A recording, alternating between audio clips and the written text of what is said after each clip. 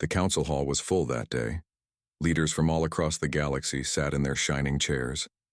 The walls glowed with soft lights, and 1,000 voices spoke in different languages. There was laughter, music, and celebration. A new race had asked to speak before the council. A human stood alone at the center platform. He was tall, calm, and quiet. His eyes moved slowly around the room as if he knew something they didn't. When he spoke, his voice was strong but not loud. He didn't ask for power. He didn't threaten anyone. He only asked for unity, for respect. He offered a partnership, science, defense, peace. His words were careful, his message simple. But the laughter started before he could finish. The sound grew louder and louder, echoing through the great chamber. Some alien leaders laughed with open mouths. Others whispered jokes behind their hands. Even the translation system seemed confused for a moment. One senator from the Zarkine Empire shouted, "Humans? Requesting defense roles? You barely survived your own planet." Another voice followed, "You want us to respect you? You still use metal bullets." The laughter returned, louder than before. The human didn't answer. He stood still, not blinking. Then slowly he turned around and walked away. No anger, no reply, just silence. That moment changed everything, but nobody knew it yet. After the session, the council returned to normal business. Trade, borders, mining rights. The laughter faded. No one took the humans seriously. They were new, small, inexperienced. They had no empire, no major weapons, no territory. But a few diplomats noticed something strange. The humans didn't return for the next meeting, or the one after that. They didn't send any messages, and their embassies began closing quietly across council space. Some thought Earth was ashamed. Others believed they had accepted their place at the bottom. 3 weeks passed. Then Earth disappeared from the communication network. It wasn't blocked. It wasn't destroyed. It was gone. Like someone turned off every light, every signal. All at once, a minor race called the Threxans sent a science vessel to check. They never came back. No signal. No black box. Just silence. The council said nothing publicly, but behind closed doors, some members were worried. Small groups began meeting in secret. Why did the humans walk away? Why didn't they speak again? And why did they go silent without a single threat? An old Varnari archivist found a speech given by a human admiral 30 years ago. It was short, direct, and strangely cold. "If the galaxy won't listen, we won't shout. If they mock us, we won't argue. But if they cross the line, they won't hear a warning. They'll hear the silence." At the time, no one had paid attention. But now those words felt like a shadow behind the laughter. Then something new happened. A cargo ship from the Outer Rim sent a strange report. While passing near Sector 41, they picked up a massive reading. Unknown power levels. No ship signature. It didn't follow them. It didn't attack. It simply passed by, slowly, and then disappeared. When the report was shown to the council, most laughed again. "Probably a solar storm," someone said. "Or human scrap," said another. But one Zarkine general was not laughing. He had seen something similar during his military service, on a mission near Earth's moon. Back then, a sensor had picked up a dark shape in orbit. The humans said it was just a satellite, but now, he wasn't so sure. The general requested a scout fleet to approach Earth, just observe, nothing else. They sent 12 ships, 2 returned. The captains who came back were not the same. Their faces were pale, their voices trembling. One kept repeating the same sentence. "They built it under our eyes." And we laughed. The footage from the ships was heavily damaged, but one frame remained clear. A single image of something in orbit around Earth. It was large, black, shaped like nothing the council had ever seen, and it was waking up. The council panicked, not openly, not all at once, but inside the private channels messages flew back and forth. What had the humans done? How had they hidden such a thing? And why now? Some said it was impossible, that humans didn't have the resources or the technology. But others reminded them, humans had always been clever. They had survived worse on their own planet. Wars, disasters, famine. And they had done it without help. A strange thing began to happen. Human-made devices across the galaxy started going silent. Tools, ships, even food systems. Everything they had sold, gifted, or shared. It all stopped working. One scientist realized too late, humans had designed their machines with deep layers. Layers the Council never understood. Layers they never even noticed. The machines were not just tools. They were seeds. Then, one by one, the humans across the galaxy disappeared. Not killed. Not kidnapped. They simply vanished. From every colony, every city, every moon base. Left behind were only 4 words, sometimes on walls, sometimes in the air, sometimes written in code. We walk in silence now. It was no longer a mystery. It was a warning. The Council tried to fix things. They sent messages, peace talks, offers of apology, but no response came. Only silence. Some started to remember the laughter, the way the human ambassador had looked at them, not with fear, not with anger, but with patience, like someone watching a storm form far away. And now, the storm was here. No explosions, no invasions, just silence. But in that silence, something was moving, and it was coming. The Council was nervous now. In the grand chambers where leaders once laughed and clapped, there was now only quiet whispers and tense looks.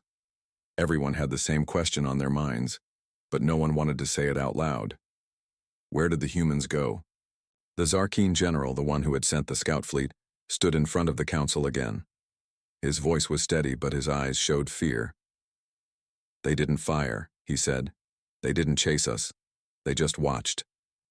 The Council asked, "Then why didn't you continue the mission?" The general answered slowly, "Because they didn't need weapons." That silence, it felt like a warning. Like standing in a room where something is breathing behind the wall. Some leaders called him a coward. Others whispered about secret technology, hidden power, impossible speed. But one thing was now clear. Humanity had changed. In just a few weeks, Earth had gone completely dark. No signals, no trade, no ships, no humans. Gone. And yet, strange reports kept coming. On the mining moon of Carva 7, a machine that had been working fine for years, designed by humans, suddenly stopped. When engineers opened it, they found something impossible inside. A message written in pure light. It said, "We asked. You laughed." Then, without warning, the entire moon's power grid collapsed. Ships flying near the border of old Earth space reported strange things. Black shadows moving just outside sensor range, slow and massive, but never seen directly. They didn't chase. They didn't attack. They only passed by, watching, studying. One cargo vessel got too close. Its captain was a Tarini female named Velka. Her report was shaky with static in her voice. "They didn't stop us," she said. "But they were there, all around us. Thousands of them. Not ships, something else, like machines, but alive. They moved like they were waiting." The Council dismissed it as fear or space madness. But soon, more ships began reporting the same thing. Giant objects moving just beyond visual range. No life signs, no known design. But one thing in common. Human code on their surfaces, and always. Silence.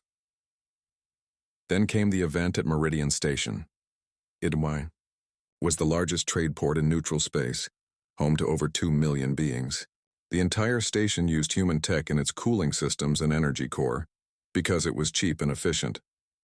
One day, the core simply shut down, all doors locked. The lights stayed on, but everything stopped moving. And on every screen, in every language, the same message appeared. We offered peace. You offered laughter. The station remained frozen for exactly 1 hour. No one could leave. No one could move cargo. No one could breathe without emergency suits. And then, without warning, everything turned back on, but every piece of human tech was gone. Melted, disassembled, as if it had never been there. After that, even the Council's strongest voices fell silent. The leaders of the Vunari Empire sent a request for information to Earth. No reply. The Krell Syndicate offered a full apology. Silence. The Flaran diplomats tried to send gifts. Their ship never returned. The galaxy had never seen humans as a threat before. They had been slow to join the stars. They didn't control many planets, their weapons were outdated, their ships were average. But now they didn't need any of that. Because the humans were using something else. Something older. Something deeper. Patience, memory, and silence. In one private meeting, an elder from the Solari Confederation spoke slowly. "You fear war," she said. "But what if this is not war? What if they already won, and we just don't see it yet?" Her words scared everyone in the room. Some believed the humans had simply left the galaxy. Others thought they were hiding, building something huge. A few believed they had awakened ancient technology, something even older than the Council itself. But no one knew for sure. Then something strange happened on a small planet called Drin 4. It was a forgotten place, poor and dusty. It had only one human, a teacher who lived among the local population for years. He disappeared, like the rest. But after he vanished, the children he taught began solving problems they had never been able to understand before. They built things with no blueprints, they fixed machines without tools. They spoke in short sentences that no one else understood. One child said something that made the planet's leader freeze. She said, "He showed us the map, not of stars, of time." Back at the Council, the tension was now breaking. Leaders accused each other of helping the humans in secret. Old enemies blamed each other. Some wanted war. Others wanted surrender. One bold senator stood and shouted, "Enough! They are just humans. They can't take on the whole galaxy." But even as he spoke, a deep hum filled the chamber. Lights flickered, and every screen across the council hall turned black. A voice spoke, not loud, not angry, just clear. "We will not fight you. We will not chase you. We will not explain ourselves. You had your moment. Now we have ours." Then the screens went dark again. Outside the council hall, thousands of beings stood frozen, looking up at the sky. Above the capital world, a shape had appeared, black, silent, endless. No weapons, no lights, no name. But everyone knew who it belonged to. The humans had returned, and they had not brought war. They had brought silence. And the silence was far more terrible. The ship didn't move. It didn't speak. It didn't fire. But everyone on the council world could see it. A black shape, no lights, no markings, hovering silently above the planet's orbit. No one knew how it got there. No sensors picked it up. No warning alarms, it just appeared. The Varnock defense grid had one rule. Nothing could enter orbit undetected, but that rule had failed. And now, fear had replaced pride. The Council sent out a small team of warships. Just for observation, they said. But deep inside, everyone knew. They wanted to show strength, to remind the humans that the galaxy was still in control. The warships approached slowly. "Unknown vessel," one captain said over the comms. "Identify yourself." No answer. They circled it. No weapons showed, no shield signatures. It looked like a floating rock, a giant scar across the stars. Then something strange happened. The closer they got, the more their systems began to fail. First the scanners, then communications, then gravity. One ship reported strange whispers in the cockpit. Not voices, but memories. Each crew member started remembering something from Earth. Some had never even been to Earth. One pilot, half Tarini, half Varnock, screamed as she felt something touching her mind. "It's like it's reading me," she cried. "No, it's judging me." One by one, the ships turned around and returned to base. No orders, just pure fear. And the ship in orbit? It never moved. Back in the council chambers, panic had replaced debate. Some leaders now suggested something unthinkable: evacuating the capital planet. The Zarkeen general who once laughed at humanity stood in silence. His sharp voice was gone. In its place was a quiet truth. "They're not showing force," he said. "They're showing choice." The words confused the room. He continued, "They are showing us what they could do, without doing it. That is not power. That is control." The council's first speaker asked a quiet question. Then what do they want? No one had an answer, until a single message appeared. Across every device, every screen, every ship in the sector. We watched. We waited. We warned. Now we remove what was given. The message disappeared, and systems began shutting down, one by one. No explosions. No attacks. Just removal. Entire communication grids went offline. Ships powered by human-designed cores drifted in space lifeless. Medical tech based on human neural patterns stopped working. In hospitals across the galaxy, patients suddenly screamed. Not from pain, but from a strange, deep emptiness. It was like something had been pulled out of the machines. Some thought it was sabotage. Others understood the truth. The humans weren't destroying anything. They were simply taking back what was theirs. In a far-off research lab on a jungle moon, an old scientist named Lurov worked alone. He had studied human AI for years. He respected them even when others mocked Earth. Now his lab was surrounded by silence. Every system gone. Every light dead. Except one. A small console blinked slowly. Still active. Still running. Lurov approached it. Words appeared. "You listened.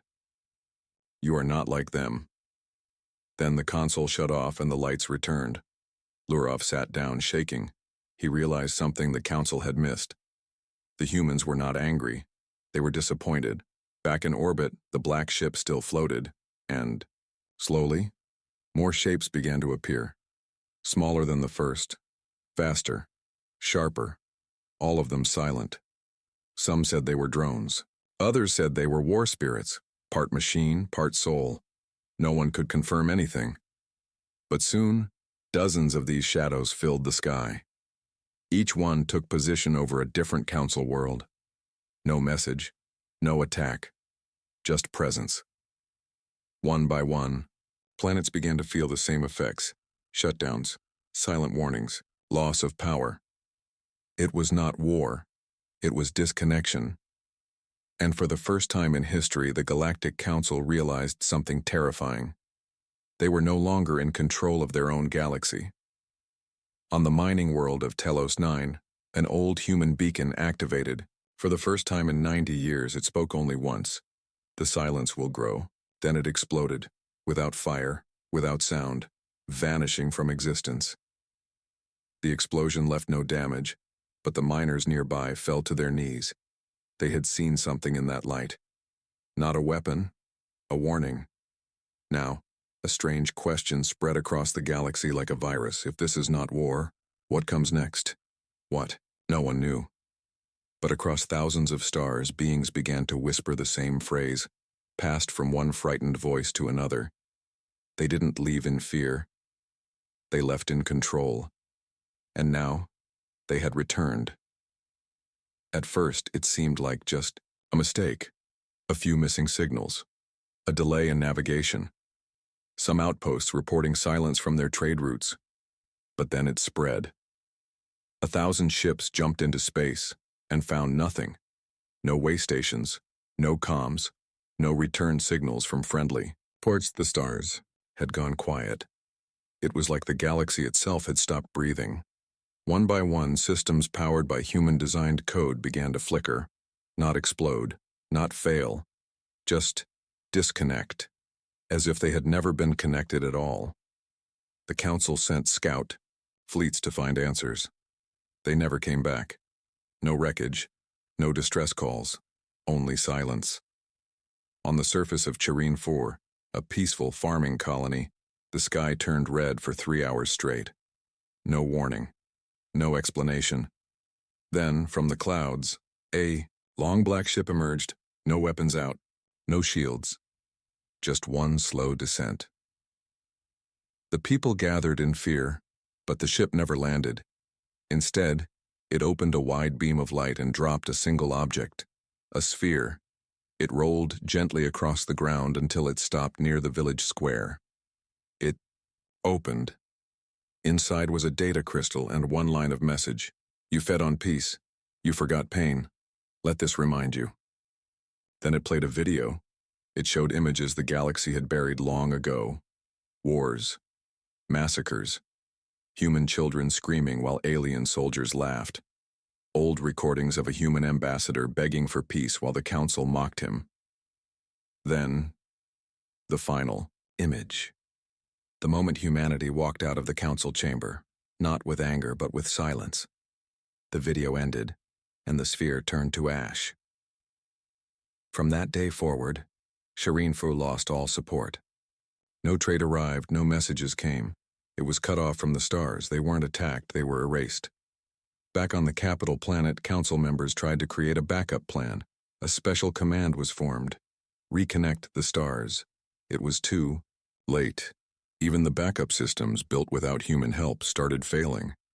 Strange virus-like code began spreading in their networks. It didn't destroy anything. It unwrote them. Files, designs, blueprints. All knowledge based on human technology vanished, bit by bit, as if the past itself was being taken back. A Zalari technician tried to rebuild a human-based energy core manually. He worked night and day. He believed he could make it run. When he finally powered it on, the core blinked once, then showed a message. This is not yours to rebuild. It exploded. No fire, no sound, just a flash of cold light. And the technician was gone. Not dead. Gone. Not even dust remained. His co-workers didn't speak after that. Some refused to ever touch a computer again. Fear had taken a new form. Respect. Far away, deep in a gravity well near the edge of the galaxy, a secret facility existed, unknown to most of the Council. It was built in secret during the early days, when humans were still part of the Alliance. The goal? Steal and store human DNA, study their minds, control their emotional response. The Council had feared humans might rise too fast, so they created a failsafe. And now, the failsafe was waking up. Inside, a dozen human clones slept in cryopods. Copies of real soldiers. Real leaders. The scientists celebrated quietly. They thought they had a way to use humanity's power against humanity. But when they opened the first pod, it was empty. All of them were. And written on the wall behind the chambers in perfect human handwriting. We already found this place. We gave you one chance. You used it to lie. And behind those words was a symbol no one had seen in decades. The flag of old Earth. The news never reached the Council. The facility stopped responding 1 hour later. It wasn't destroyed. It was gone. No signal, no remains. No space debris. Even the gravitational field that held the station in place had vanished, as if the very idea of the place had been removed from existence. Back in the Council chambers, the last few human-made artifacts were being sealed away. No one wanted them near. Some believed just touching them could bring destruction. A young ambassador from the peaceful Andari race stood up. She had never laughed at the humans, never mocked them. She had always believed they were kind, too kind. And now she whispered, maybe that was the warning. The others looked at her. She explained, they offered peace when we deserved punishment. They gave help when we gave hate. And when they walked away, that wasn't surrender. That was a decision. She paused, then said the one thing no one wanted to admit. They are not attacking us. They are reclaiming what we borrowed. On the edge of the Orion barrier, a human signal was found. The last remaining deep space satellite caught it. One message, repeating every 33 seconds. We are not returning and we never. The chamber was silent now. No laughter, no shouting, no pride, only fear. One by one, council members sat with their heads down, screens glowing before them, showing system after system going dark. Trade routes, empty. Defense networks, failing. Colonies, quiet. They had mocked Earth. They had called humans weak. Now, those same voices whispered, "Did we push too far?" It began with a message, short, clean, cold. It arrived without warning. Not through official channels, but from every old comm station once linked to human worlds. It said only, "Playback begins." Then across every main screen, they saw themselves. Video recordings, meetings from years ago, debates, jokes, mockery. Their own words. One showed the Varnock leader laughing as the human ambassador warned of spreading instability. Another showed the Zurari diplomat rejecting Earth's offer to upgrade their failing defense system, calling it a child's toy. And then came the final scene. The one no one wanted to see. The council chamber. The moment humanity stood in silence, then turned and walked out. But this time the video did not stop. This time, it showed what happened after. Hidden cameras. Secret discussions, private chats. Now that they're gone, we'll finally control the tech. They were useful but too proud. We must keep their AI contained. If they resist, we erase them, all recorded. All played now. The truth was clear, the council had planned betrayal. But worse than that. They had planned it while humans were still listening. The chamber exploded in panic. Some tried to cut off the feed. It kept playing. Others tried to explain, shouting, "This wasn't all of us." But it didn't matter. The message had been sent across the galaxy. Billions had watched, and billions now knew. Humanity had not started this. They had warned. They had offered peace. They had walked away with quiet dignity. But the council had chosen lies. And now the galaxy was watching the consequences. Aboard the remaining flagship of the council fleet, Admiral Serene stood frozen. She had led the charge against human colonies years ago.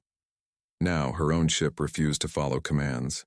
The AI, once powered by human-designed logic, no longer responded. "Manual control," she ordered. Nothing. She watched as her fleet drifted in space like dead metal, unable to move, unable to fight. Then a signal pinged on her personal screen. An old code, one only used during joint Earth Council operations. It read, "We were never yours to command." She looked up.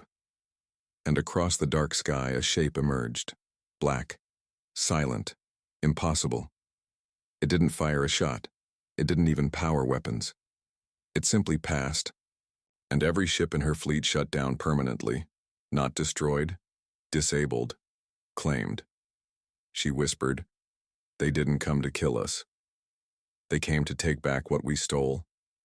Elsewhere, in the ruins of Outpost Sigma 9, a small team of council, scientists searched the wreckage. They hoped to recover something, anything, from the abandoned human facility. They found one working console and a journal entry. It was dated just one day before humanity left the council.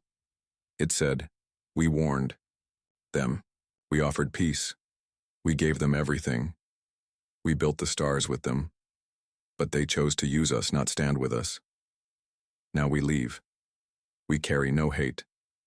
But we carry memory. They will forget. But the stars won't. And when they look for answers, they will only find echoes." On the planet Veraxis, one of the most advanced cities in the galaxy flickered. Lights dimmed. Traffic systems froze. Power grids collapsed. There was no invasion, no attackers, only shutdown. The planet's AI, once gifted by Earth, simply powered down, taking everything with it. And in the night sky, a dozen small blinking lights appeared. Silent drones. Human-made. Watching. Recording. but not interfering. The people of Veraxis fell to their knees, not because they were harmed, but because they finally understood. They had never owned the future. They had only borrowed it. And now, humanity was collecting what was theirs. Back in the council hall, a new meeting was called. Half the chairs were empty now. Some leaders had disappeared. Others refused to attend out of shame or fear. The old Zalari speaker stood and said, "We thought they were silent because they were weak. They were silent because we were not worth speaking to." Another counselor whispered, "Do we ask for forgiveness?" But the room stayed quiet, because no one knew if anyone was left to forgive them. On the edge of known space, a human vessel moved through dark matter fields untouched by normal ships. Inside, humans worked without words. Calm, focused. They didn't speak of revenge. They didn't smile at council collapse. They only monitored, logged, collected. One young officer looked at her commander. "They're falling apart," she said.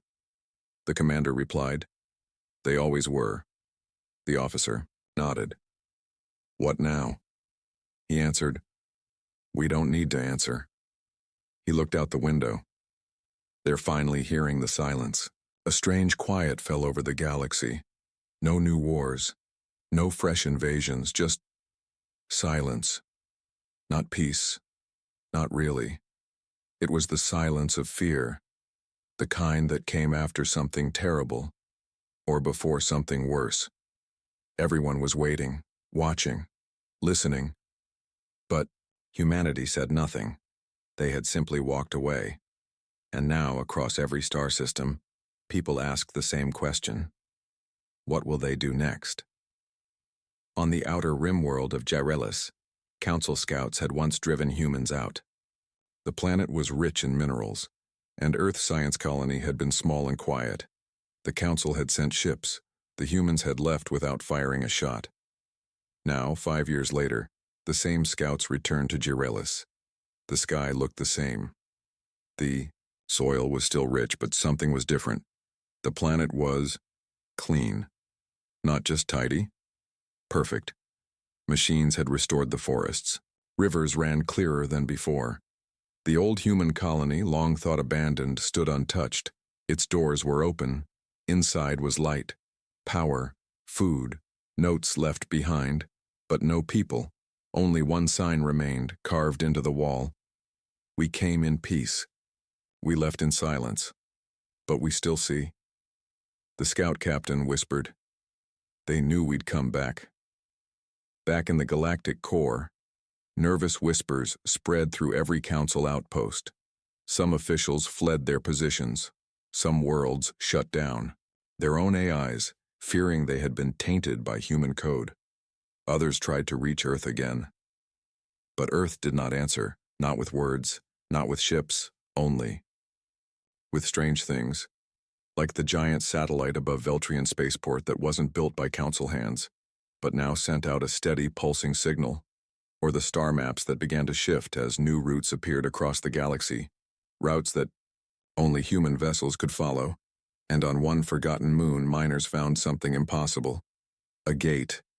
Not a building, a gateway, with symbols carved in languages no one had ever seen. But when one worker touched the surface, the gate spoke. In old, clear English. You ignored our voice. Now you live in our shadow. Then it shut. Forever.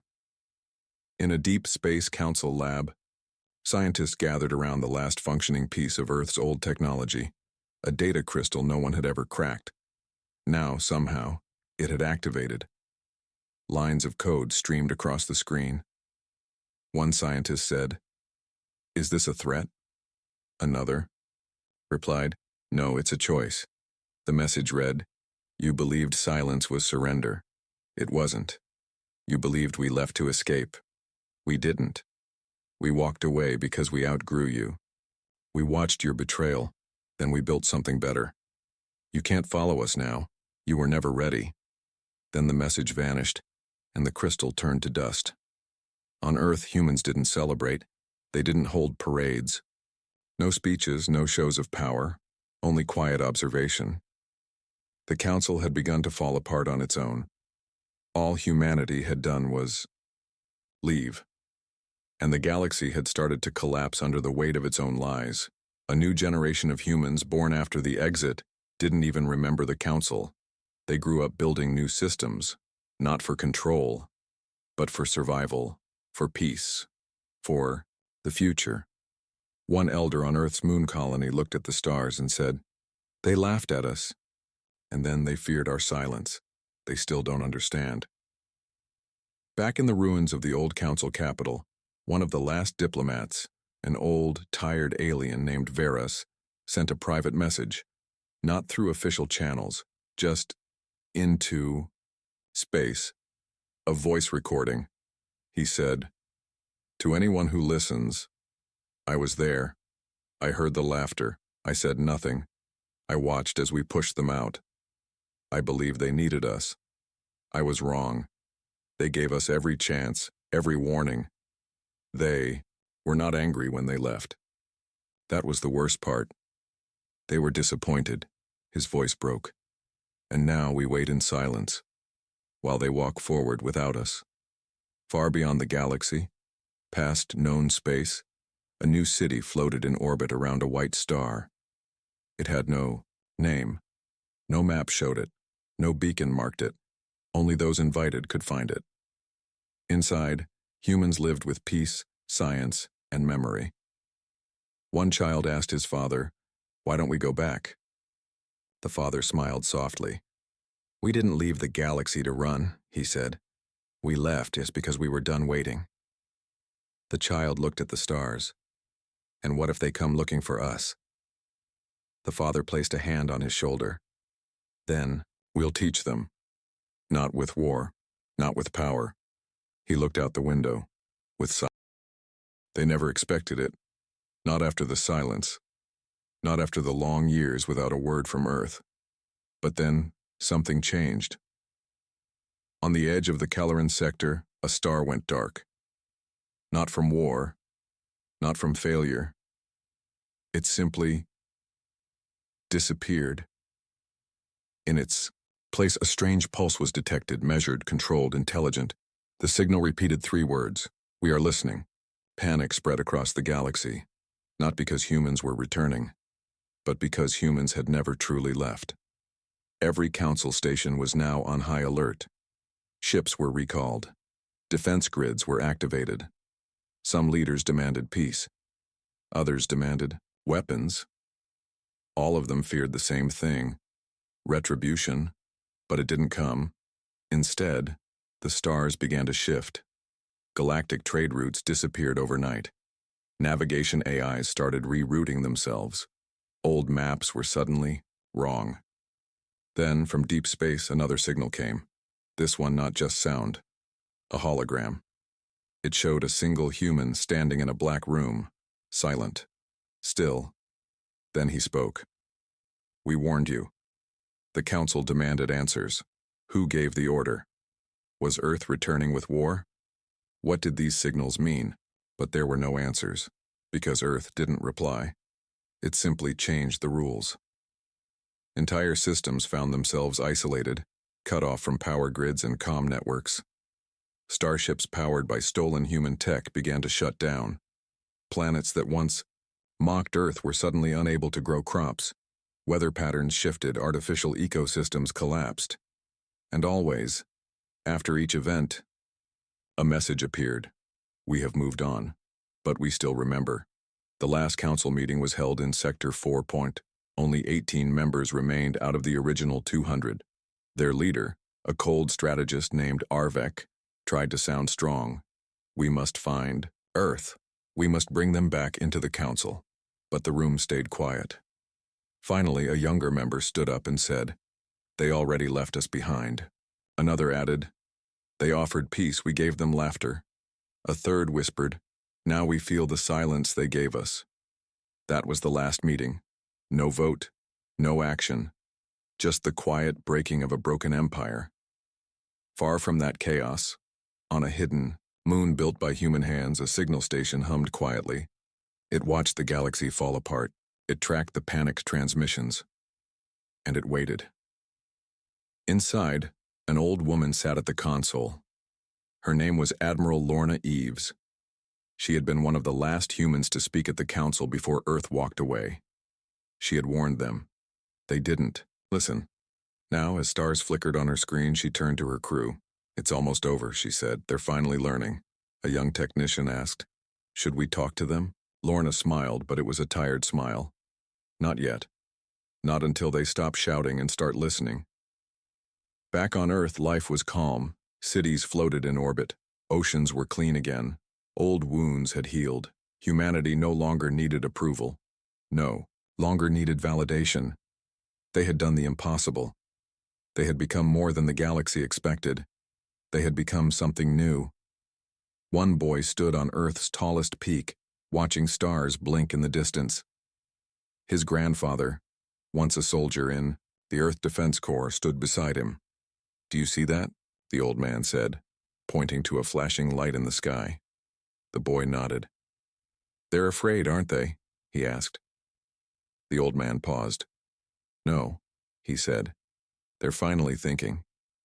Then, one day, the silence broke. Not from Earth, but from a small unknown planet once part of the Council. A single ship arrived unarmed, old, damaged. Inside was a message, a simple request. "Teach us." Humanity did not reply with weapons. They sent no fleets, no soldiers, just one shuttle, one human. She landed on that broken world and stepped into the dust. The people there gathered, expecting anger, but she only said 6 words. "Are you ready?" To stop laughing? No one spoke. No one laughed. They only nodded, and the future began. Because in the end, it wasn't Earth that needed the galaxy. It was the galaxy that needed Earth. And humanity knew the truth. They didn't have to conquer. They didn't have to destroy. They just had to walk away one and let the silence teach what words never could.